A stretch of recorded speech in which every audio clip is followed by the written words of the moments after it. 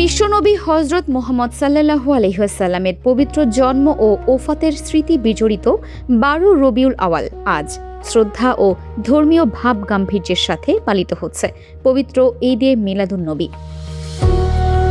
৫৭০ খ্রিস্টাব্দে সৌদি আরবের পবিত্র মক্কা নগরীর বিখ্যাত কুরাইশ বংশে পিতা আবদুল্লাহ ও মা আমিনার কোল আলো করে পৃথিবীতে আগমন করেন তিনি। জন্মের আগেই বাবাকে এবং মাত্র ৬ বছর বয়সে মাকে হারিয়ে চরম প্রতিকূলতার মাঝে বেড়ে ওঠেন মানবতার এই মুক্তির দূত।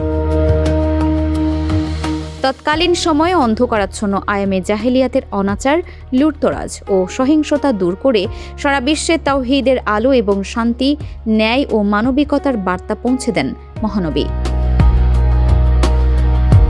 এরপর দীর্ঘ কর্মময় জীবন শেষে ৬৩২ খ্রিস্টাব্দের একই দিনে ইহলোক ত্যাগ করেন তিনি। ইসলামিক স্কলারদের মতে মহানবীকে স্মরণ করার বিষয়টি কেবল একটি নির্দিষ্ট দিনের আনুষ্ঠানিকতায় সীমাবদ্ধ না রেখে তার মহান আদর্শ, শিক্ষা ও মানবিক মূল্যবোধ প্রাত্যহিক জীবনে ধারণ করাই এই দিবসের মূল শিক্ষা।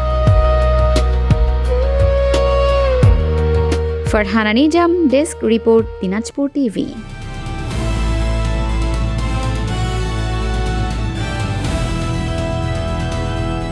দিনাজপুর টিভি, মানুষের জীবনের কথা বলে।